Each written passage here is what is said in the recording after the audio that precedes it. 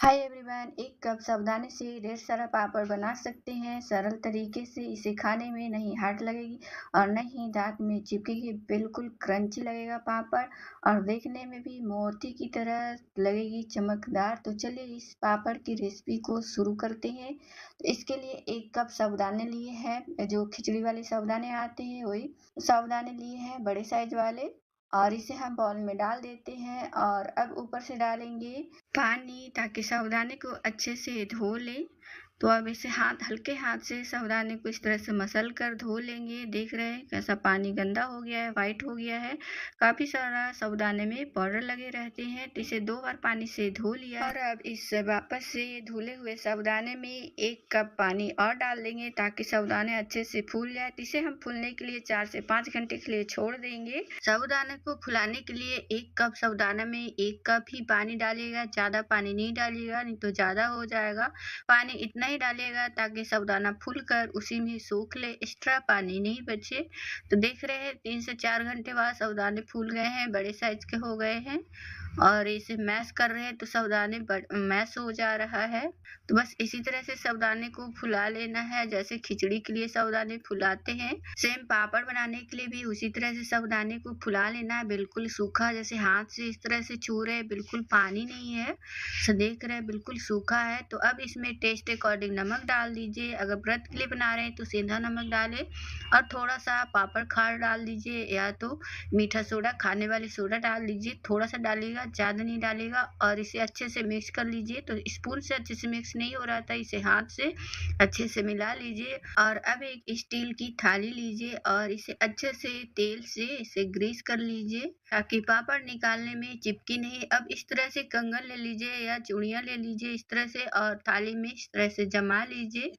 बड़े छोटे साइज का, आपको जितने साइज के पापड़ बनाना है उतने साइज का कंगन या चूड़ी जमा लीजिए। और इस तरह से सावधानी को एक एक स्पून डालते जाइए, 1 या 1.5 स्पून, ज्यादा नहीं डालिएगा, मोटा मोटा पापड़ बन जाएंगे। मोटा अच्छे पापड़ नहीं बनते हैं। तो मैंने 1 से 1.5 चम्मच ही डाल रहे हैं, ज्यादा नहीं डाल रहे हैं। और इस तरह से और इसे अच्छे से फैला लेंगे चारों साइड से, बिल्कुल सावधानी को दबाते हुए इस तरह से बिल्कुल एक जैसा हो जाए। इस तरह से स्पून से या हाथ से आप बिल्कुल लेवल में एक जैसा ही फैला लीजिए। और जो सावधानी गिर रहे हैं इधर उधर, उसको कंगन के अंदर एडजस्ट कर लीजिए इस तरह से दबाते हुए, बिल्कुल। और अब इसको हम कंगन के साथ इसे स्टीम नहीं करना है, इसे कंगन को हटा लेना है। इस तरह से लेवल करने के बाद एक एक करके कंगन को हम निकाल लेते हैं। इसके साथ स्टीम नहीं करने के लिए रखना है, तो सारे कंगन को निकाल लेते हैं।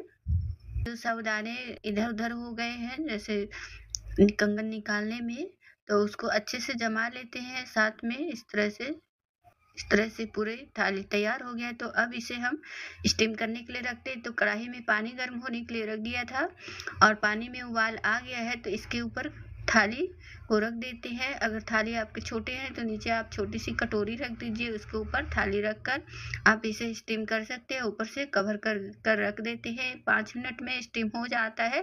तो 5 मिनट में स्टीम हो रहा है तब तक इधर दूसरी थाली को तैयार कर लेते हैं। तो बिना कंगन का भी इस तरह से आप बना सकते हैं राउंड शेप में, या एक एक कंगन इस तरह से रखते जाइए और इस तरह से पापड़ को फैलाते जाइए साबूदाने को। इस तरह से भी बना सकते हैं, कंगन के साथ बना सकते हैं, आपको जैसा इजी लगे वैसे ही बना लीजिएगा। तो थोड़ा सा इसमें साबूदाना ज्यादा डल गया था, तो इसे हम निकाल लेते हैं, क्योंकि मोटा साबूदाना पापड़ अच्छे नहीं लगेंगे। तो पतला पतला ही साबूदाने फैलाए हैं, तो दिख रहा है। तो हमारा दूसरा थाली भी तैयार हो गया है। अब इधर देखते हैं स्टीम हुई है या नहीं। तो इसे खोल कर देख रहे हैं, चेक करेंगे। देखिए कैसे साबूदाने आपस में चिपक गए हैं और इसका कलर भी हल्का ट्रांसपेरेंट हो गए हैं। तो स्टीम हो गया है, इससे ज्यादा नहीं करना है। और इसे हम निकाल लेते हैं। थाली बहुत गर्म है तो आप आराम से निकालेगा कपड़े से। और इसे हम वापस दूसरे थाली को भी रख देते हैं इसी तरह से स्टीम होने के लिए। स्टीम करने में 5 मिनट ही समय लगता है, ज़्यादा समय नहीं लगता है। और अब इस पापड़ को हम डिमोल्ड करते हैं, जो स्टीम हो चुका है। इसे डीमोल्ड करने के लिए चाकू ले लीजिए या आप इसे पलटा ले लीजिए, हमारे तरफ इसे छोलनी बोलते हैं। और इस तरह से हल्के-हल्के इस तरह से नीचे से प्रेस करते जाएँगे, उठाते जाएँगे, आराम से निकल जाता है क्योंकि ये साबूदाना बहुत चिपचिपा होता है, तो निकालने में थोड़ा-सा मुश्किल लगता है चिपचिपापन से। पलटे से आराम से निकल जा रहे हैं, चाहे तो आप चाकू से भी निकाल सकते हैं, पर चाकू से ज़्यादा आराम लगता है, पलटे से आराम से निकल जा रहे हैं। अगर अच्छे से तेल नहीं लगाएँगे तो निकालने में मुश्किल लगेगा, तो आप थाली में अच्छे से तेल लगाइएगा ताकि आराम से साबूदाने के पापड़ निकाल सकें। साबूदाने बहुत चिपचिपे होते हैं, तो जल्दी नहीं निकलते हैं। और इस तरह से हमने सारे साबूदाने को पापड़ को इस तरह से डिमोल्ड कर लिया है। इसे धूप में सूखने के लिए रख देंगे और मेरा दूसरा बैच भी बनकर तैयार हो गया था, इसे निकाल लिया है और अब इसे हम धूप में सूखने के लिए रख दिए हैं। तो 2 दिन धूप दिखाने के बाद पापड़ इस तरह से दिख रहे हैं, वो सूख गए हैं। 2 दिन में सूखे हैं, 1 दिन में पापड़ नहीं सूखे थे। और अब इसे हम फ्राई करके दिखाते हैं। हाँ फ्रेंड्स, अगर वीडियो अच्छी लगी हो तो एक लाइक ज़रूर कर दीजिएगा।